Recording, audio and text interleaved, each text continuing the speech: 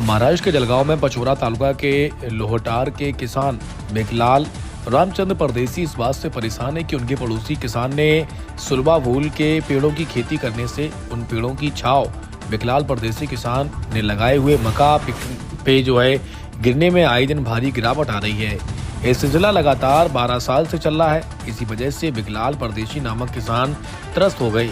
इस संबंध में पचोरा के तहसीलदार, जलगांव के जिला कलेक्टर और नासिक के आयुक्त से शिकायत की है, लेकिन किसान को संतोषजनक न्याय न मिलने के कारण उन्होंने हमारे संवाददाता को बताया कि नुकसान की भरपाई के लिए नासिक विभागीय आयुक्त प्रवीण कीडाम साहब के कार्यालय के सामने भूख हड़ताल करने वाले हैं। संवाददाता चंदू खरे की रिपोर्ट। भिखलाल रामचंद्र परदेशी, राहणार लोटार, तालुका पाचोरा, जिल्हा जळगाव। हा, नेमका काय प्रॉब्लेम दादा आपला? माझा असा प्रॉब्लेम आहे की शेजारील शेतकऱ्याने सुबाऊ लागवड केलेली आहे। त्याच्यापासून माझ्या शेतात सुबाऊची सावली पडते आहे, साईड म्हणतात त्याला आपण। त्यापासून मी बरेच तक्रारी अर्ज दिलेले आहेत। त्यापासून तुमच्या उत्पन्नावर परिणाम होतो का? हां, होतो ना। मग किती वर्षापासून सुबाऊ लावली आहे? 2012 पासून। आणि तुमचं क्षेत्र कमी आहे? म्हणजे फक्त 2 एकर आहे शहर। हां, त्यामुळे तुमचं मोठ्या प्रमाणात आर्थिक नुकसान होऊन तुमची परिस्थिती डबघाईला आलेली आहे। हां, या संदर्भात आपण कुठे कुठे अर्ज केलेले आहे का? तालुका तहसीलदार यांना पण दिलेला होता। त्यानंतर मी प्रांत कृषी अधिकारी, नंतर जिल्हा अधिकारी यांना सुद्धा, आणि मग शेवटी नाशिक विभागीय आयुक्त साहेब प्रवीण कीडाम साहेब। मग या संदर्भात आपल्याला काही समाधानकारक उत्तर मिळालं का?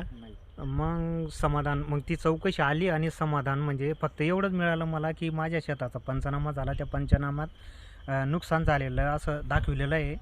आणि माझे जे मका पीक आहे आणि कपाशी पीक आहे, दोघा पिकांचं नुकसान दाखवलेलं आहे। दाखवलेलं आहे, पण तुम्हाला नुकसान भरपाईची मागणी का तुमची? मग तुमचं नुकसान भरपाई मिळालं? भरपाई झालेली, त्यासाठीच मी तुम्हाला नुकसान भरपाई मिळालं पाहिजे अशी आपली मागणी आहे। मग अपेक्षा आहे माझी। हा, आणि आपल्या शेतात लाईट वगैरे आहे का? मग आहे ना, माझी स्वतःची विहीर आहे। त्या विहिरीवरती लाईन आलेले आहेत, ते तार तुटलेले आहेत। तारं कशामुळे तुटतात? ते सुबाळूच्या झाडांची उंची 35 फुटापर्यंत वाढलेली आहे आणि त्यांचा झुकाव आहे ना त्या तारांवरती पडतो, पार्किंग होते, नंतर त्यामुळे तुम्हाला त्या लाईनचा बी उपयोग घेता येत नाही। हा, आणि मी मोटर चालू होत नाही, पिकाला पाणी भरता येत नाही, म्हणजे मोठं आर्थिक नुकसान तुमचं होतंय। हा, आणि हे आर्थिक नुकसान भरून मिळावं खरं अशी तुमची मागणी आहे। मागणी आहे। मग आता तुमचं काय म्हणणं आहे? आता तुम्ही जे तहसीलदार साहेबांनी तुम्हाला जो निकाल दिला तो कशा पद्धतीने दिलेला आहे? त्यांनी सांगितलेलं आहे की असा हा माझ्या म्हणजे मला हा निकाल देता येत नाही माझ्याकडून। काहीतरी नैसर्गिक आपत्ती झाली असती तर मला हा निकाल तुमच्याकडनं दिला असता। त्यांनी मला आता कोर्टात जायला निकाल दिलेला आहे, कोर्टात जावं असं।